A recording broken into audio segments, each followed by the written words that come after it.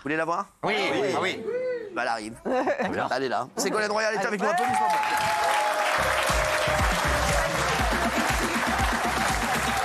Elle est de retour. Elle est de retour. Comment Ségolène? Ségolène, Ségolène, Ségolène. Ségolène. Ségolène.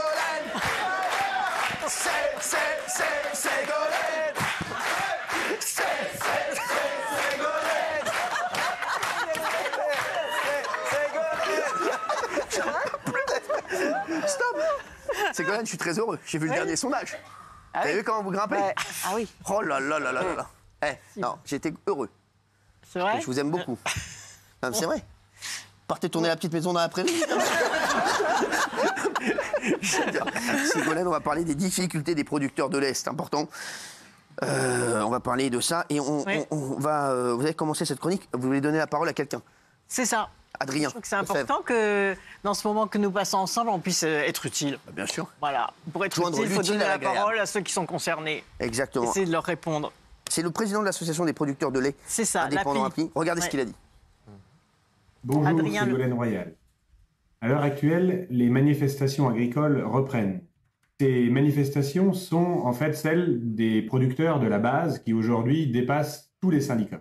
Pourquoi l'exécutif ne prend-il pas en compte la voix des indépendants que nous sommes et n'écoute que le syndicat majoritaire dans un tel cas de figure? Aujourd'hui, on est confronté à une base qui se révolte, à une base qui n'est pas du tout d'accord avec les propositions gouvernementales, qui sont complètement à côté, en fait, des vraies demandes qui sont les problèmes de prix. Pourquoi ne nous entendons pas sur ce sujet? Merci. Alors. Voilà. Et c'est une bonne question. C'est vrai, personne n'a compris pourquoi, alors que ce problème dure depuis longtemps, et même cette association de producteurs de lait indépendants, ça fait 7 ans qu'ils demandent la revalorisation du prix du lait. Et pourquoi tout d'un coup, le gouvernement n'a pas vu? Effectivement, parce que son principal interlocuteur, c'est la FNSEA, Fédération nationale des syndicats d'exploitants agricoles, qui ont le droit d'exister, etc. Il y a la place pour tout le monde.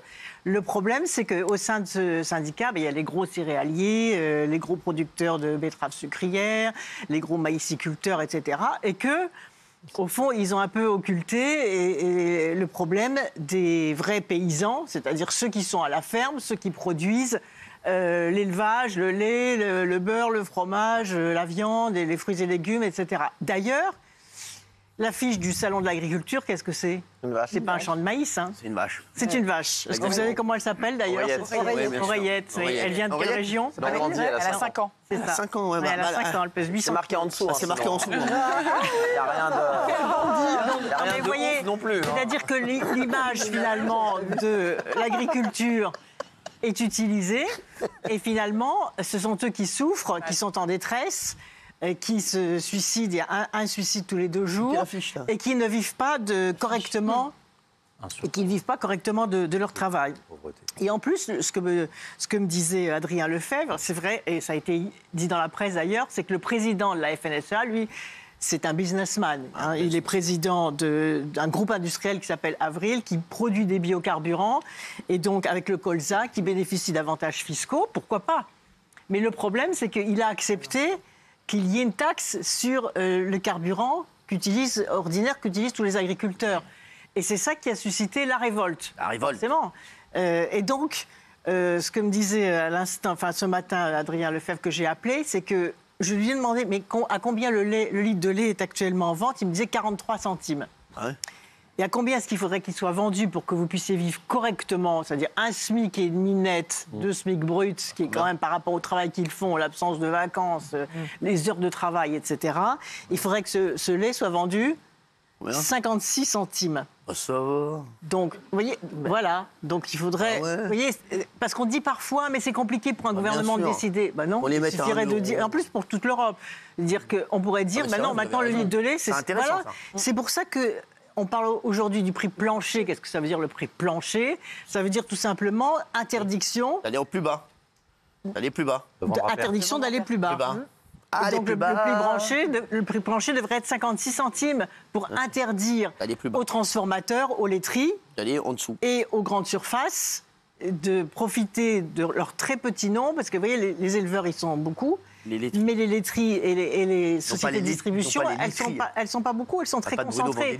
Donc il y a un rapport de force qui est très défavorable aux producteurs. Et ça, il faut que ça cesse. Et les choses sont simples. Il suffirait de dire c'est 56 centimes. Et c'est comme ça. Et c'est tout. Voilà. Ce qui fait qu'une partie des bénéfices irait davantage aux producteurs qu'aux distributeurs. Et alors, ajoutez à cela que quand les distributeurs ou les laiteries vendent du lait écrémé, ils revendent la crème, ils revendent le beurre. Donc, ils gagnent encore sur la crème et sur le beurre.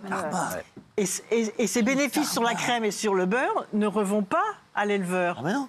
Ça empoche directement chez les laiteries et chez la grande distribution. C'est pour ça que c'est important que le consommateur sache ces choses-là et dans la transparence. Exactement. Autant pour les éleveurs, tout est transparent, je vous ai expliqué. Autant pour les autres, on ne sait rien. On ne sait pas combien ils gagnent, on ne sait pas combien de bénéfices ils prennent, on ne sait pas quelle est leur marge, etc. Et donc, il y aurait deux choses toutes simples à faire, c'est mettre 56 centimes et obliger la transparence pour le reste. Et alors, ces éleveurs produisent leur propre marque. Donc, je lance un appel à tous les consommateurs. Quand vous voyez je se moque de moi. Chez les distributeurs, mais on va le voir, le pack de lait avec la petite vache bleu, blanc, rouge. Patron.